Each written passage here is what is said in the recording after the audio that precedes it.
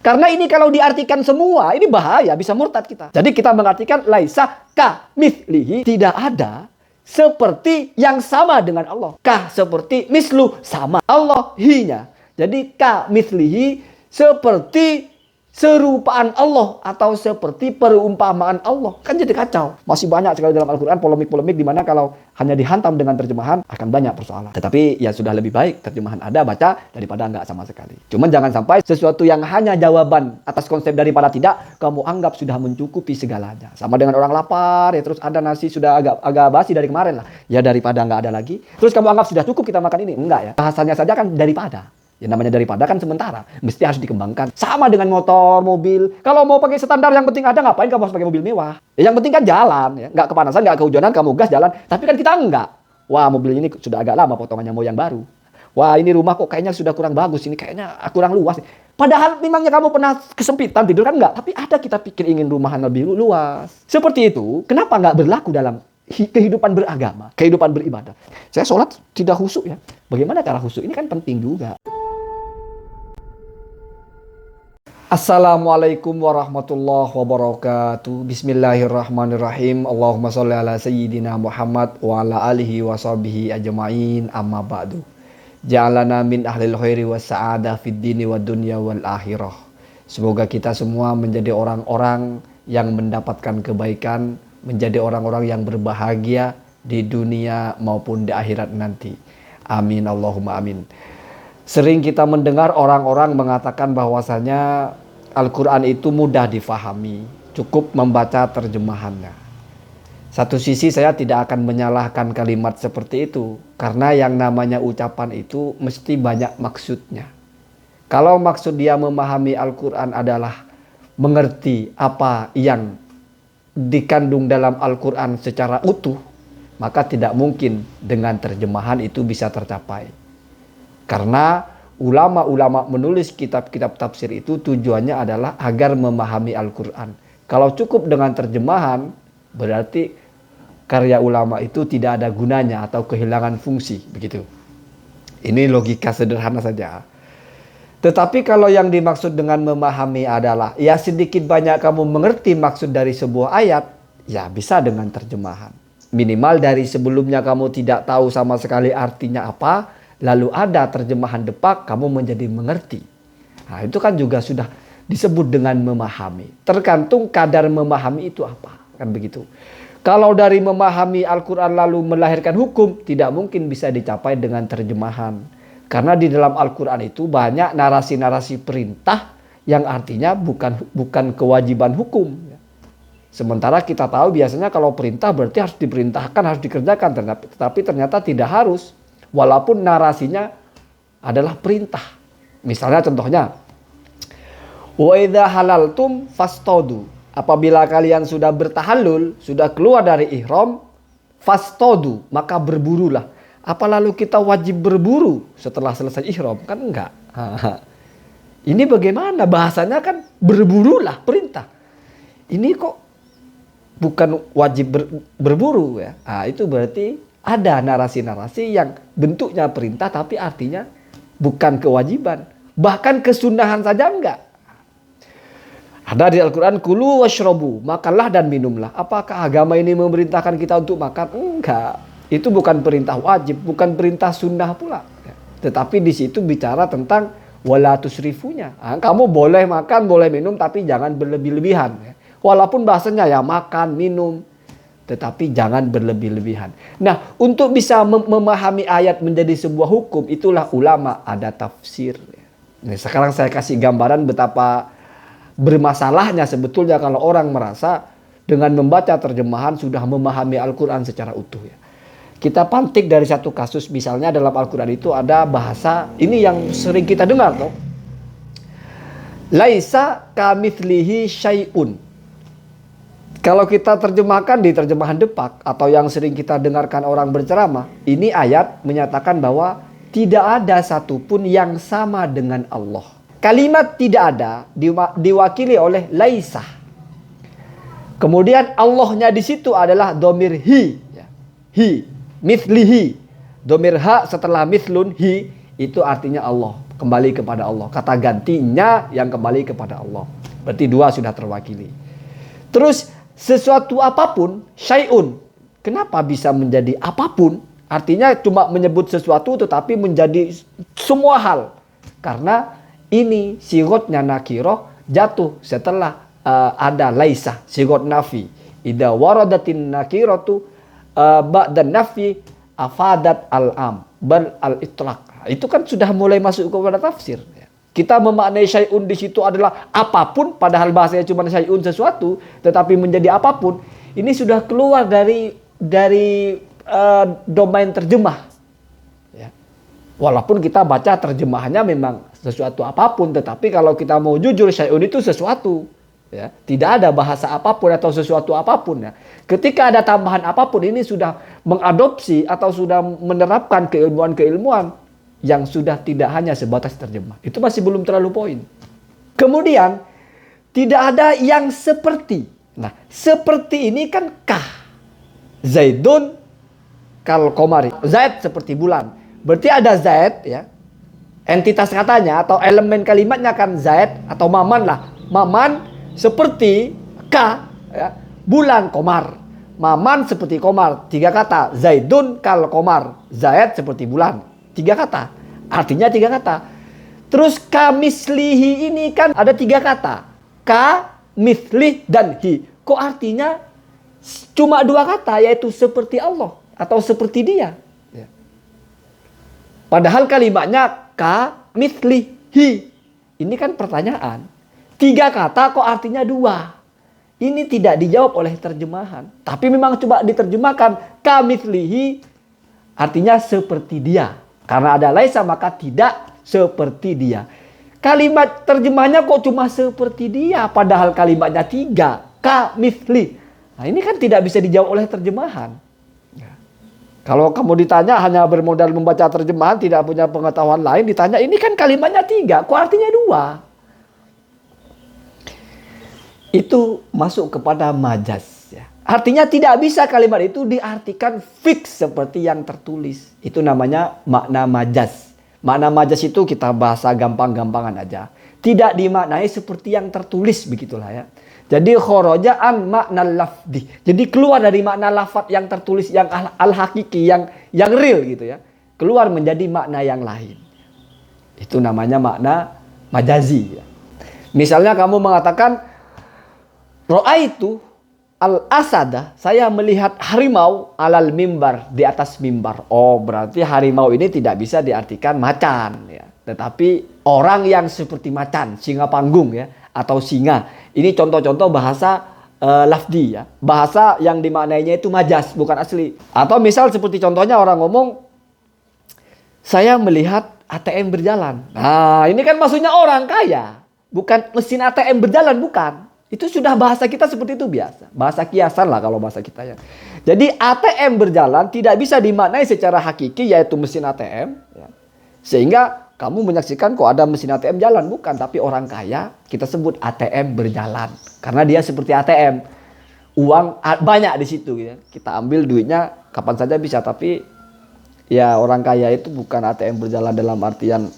Ya benar ATM berjalan sih. Tetapi kamu minta duit. Ketika tidak dikasih bukan berarti ini ATM rusak. Kenapa?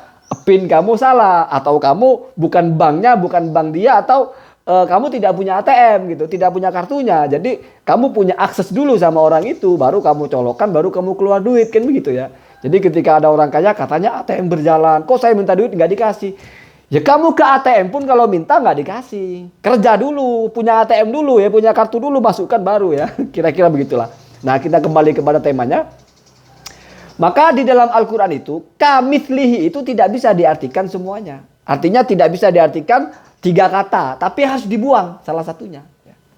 Maka ini disebut dengan majaz. Majaz artinya sudah memaknai tidak seperti yang tertulis. Metode prosesnya adalah dengan membuang. Majaz bil hadfi namanya. Yaitu sebetulnya akanya itu tidak diartikan. Sehingga pemaknanya tidak ada yang sama dengan Allah. Karena ini kalau diartikan semua, ini bahaya, bisa murtad kita. Jadi kita mengartikan laisa ka mithlihi, tidak ada seperti yang sama dengan Allah. Ka seperti mislu, sama. Ya. Allah hi-nya. Jadi ka mislihi seperti serupaan Allah atau seperti perumpamaan Allah. Kan jadi kacau. Itu kalau diartikan secara bahasa. Ya. Berarti ada 3 hal di situ. Ada seperti, yaitu ka. Ada serupaan atau perumpamaan atau yang sama dengan hi Allah. Berarti yang tidak ada itu adalah yang sama dengan yang seperti Allah. Kalau yang seperti Allah berarti kan ada. Cuma yang sama dengan seperti Allah itu yang tidak ada. Nah, jadi begitu kalau diartikan secara terjemah harfiah. Sama dengan begini. Maman botak. Mimin botak juga. Mimin sama dengan Maman. Sama-sama botak. Lalu ada Mukidi. Mukidi ini sama dengan yang sama dengan Maman. Berarti sama dengan Mimin. Ya sama dengan Maman juga. Tapi sama dengan Mimin juga. Kenapa? Karena Mimin sama dengan Maman. Ya, kamu ulang-ulang saja nanti paham. Artinya berarti yang sama dengan Maman itu 2 orang. Yaitu Mimin dan Mukidi. Mukidi sama dengan Mimin. Mimin sama dengan Maman. Berarti Mukidi juga sama dengan Maman. Sama dengan Mimin. Berarti yang sama ini 3. Kalau cuma bilang Mukidi sama dengan Mimin berarti cuma 2. Nah, laisa kamitslihi syai'un itu kalau diartikan secara bahasa maka tidak ada yang sama dengan Allah. Artinya yang ada cuma Mimin sama dengan Maman. Mukidi tidak sama dengan Mimin. Di mana Mimin sama dengan Maman berarti Mukidi juga tidak sama dengan Maman. Tetapi yang jelas ada yang sama dengan Maman yaitu Mimin. Cuman Mukidi tidak sama. Begitu ya.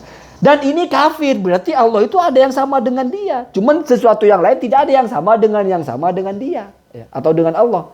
Maka ulama menjelaskan bahwa ini hatfun namanya. Ini harus dibuang kalimatnya 1 ya. Berarti laisa mithlahu syai'un. Tidak ada yang sama dengan Allah sesuatu apapun. Bukan tidak ada yang seperti yang sama dengan Allah. Tetapi memang tidak ada yang sama dengan Allah gitu ya. Nah, ini kan sudah balaghah.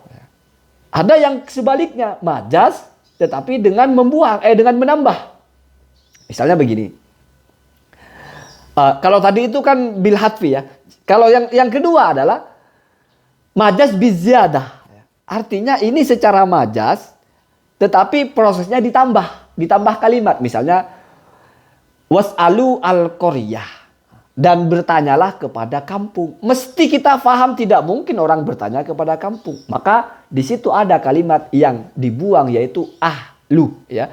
Was'alu ahlal qaryah. Maksudnya bertanya kepada penduduk di desa itu. Begitu ya. Dari mana kata ahlu ini? Ya dari kita memahami kalimat ini di mana tidak mungkin bisa difahami kita suruh bertanya kepada sebuah kampung. Kampung ini kan tempat, area. Apa Al-Quran menyuruh kita gila tanya sama tempat, tanya sama daerah? Kan enggak. Mesti kepada orang yang ada di situ. Kan begitu. Atau misalnya gampangnya begini. Kamu tanya orang, tanya alamat. Pak, saya mau tahu masjid terdekat mana. Terus kita jawab, coba tanya ke rumah itu. Kira-kira yang kita maksudkan itu suruh nanya ke rumah apa ke orang yang ada di rumah? Mesti ke orang yang ada di rumah. Dan kita biasa mengucapkan coba tanya ke rumah itu. Ya. Ini bahasa kita biasa seperti itu. Kita tidak sadar kalau ini majaz sebetulnya. Al-Quran seperti itu juga bahasanya. Ya. Jadi tanyalah kepada kampung tapi maksudnya adalah kepada orang yang ada di kampung. Ada lagi yang mungkin kamu tahunya seperti itu saja. Ada yang au kasoyibin. Ya. Minas sama'i fihi dhulumatu wa ra'dun wa barqun. Atau seperti hujan. Soyibin itu hujan. Artinya kalau kita berdoa Allahumma soyiban nafi'an. Ya Allah jadikan hujan ini hujan yang bermanfaat. Jadi soyibin dari kata sobaya subuh itu menimpa atau turun ya. Atau hujan bahasanya. Turun hujan lah. Ini kan bicara tentang watak orang-orang kafir. Watak orang-orang munafik. Kok sama dengan hujan? Kan lucu. Gimana sama dengan hujan? Maksudnya kadawati as-soybi atau kadhi soybin atau keahli soybin. Seperti orang yang ditimpa hujan. Orang kehujanan. Gimana dari kata hujan menjadi orang kehujanan? Itu tidak bisa ditempuh dengan terjemahan. Karena kalau terjemahannya seperti soybin hujan. Tetapi kalau kita baca dalam terjemahan Depak, seperti orang dalam kurung terkena hujan. Nah, dalam kurung itu sudah masuk kepada tafsir. Artinya sebetulnya kita membaca kitab Quran terjemahan saja kita sering menjumpai dalam kurung. Itu bukti bahwa kalau hanya diterjemahkan tidak bisa difahami. Terjemahan sendiri pun ada mesti di situ tambahan-tambahannya, di mana itu masuk kepada tafsiran. Gitulah, gitu nak ya. Jadi begitu memahami Quran seperti itu. Atau orang munafik itu seperti orang kafir, orang munafik seperti hujan. Artinya seperti orang yang kena hujan. Apa buktinya ini seperti orang yang kena hujan? Apa buktinya ayat ini bicara tentang orang, bukan tentang hujan? Ayat setelahnya, yaj'aluna asabi'ahum fi adhanihim minas sawa'iq hadarul maut. Jadi mereka menutup telinganya itu ya, karena takut mati, karena ada apa? Ada petir, ada kilat, mereka ketakutan ditutup telinganya ya. Kalau seandainya soibun itu diartikan hujan, loh, gimana hubungannya seperti hujan?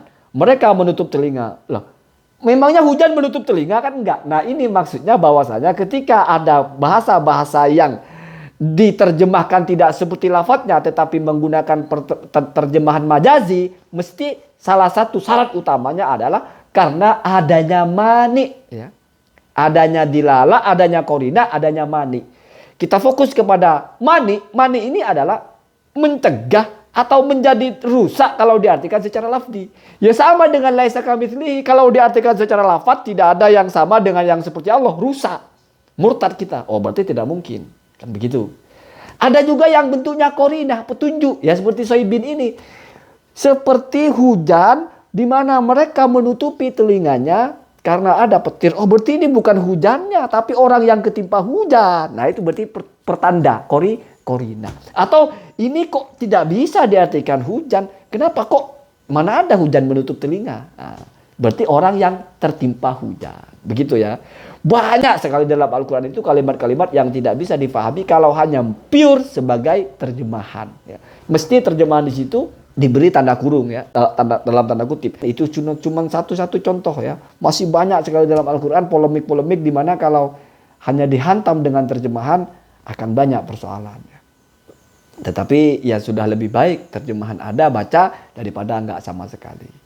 Cuman jangan sampai sesuatu yang hanya sebagai dasar, sesuatu yang hanya jawaban atas konsep daripada tidak, kamu anggap sudah mencukupi segalanya. Sama dengan orang lapar ya, terus ada nasi sudah agak basi dari kemarin lah. Ya daripada enggak ada lagi. Terus kamu anggap sudah cukup kita makan ini. Enggak ya. Ini kan bahasanya saja kan daripada. Ya namanya daripada kan sementara. Mesti harus dikembangkan selama ada waktu. Rumah itu yang penting tidak kehujanan. Iya, tapi basisnya yang penting. Tapi juga harus bersih. Lantainya juga jangan tanah. Kalau tanah nanti khawatir ada ular. Walaupun sudah terpenuhi. Tidak kehujanan, tidak kepanasan. Dan ini semua orang berpikir begitu. Ya. Dalam kehidupan kita berpikir begitu. Ya. Rumah itu yang penting tidak kehujanan, tidak kebocoran, tidak kepanasan. Berarti gentengnya tidak bocor. Tetapi apakah cukup? Oh enggak, ada temboknya tidak panas. Tetapi apakah cukup? Oh enggak, mesti kita akan berkembang. Lantainya. Kadang lantai lama ini sudah enggak enak. Kalau disapu susah. Pakai keramik. Oh kalau pakai keramik pakai karpet. Oh tembok ini kalau polos pakai kaligrafi. Oh ini harus ada TV. Oh ini. Itu berkembang. Kenapa dalam keagamaan kita tidak mau begitu? Oh saya baca terjemahan. Oh iya sih daripada tidak. Tapi apa cukup? Ya sama. Ya. Oh belum cukup. Berarti saya juga harus ikut kajian orang-orang ngomong tafsirnya. Walaupun kamu nggak membaca.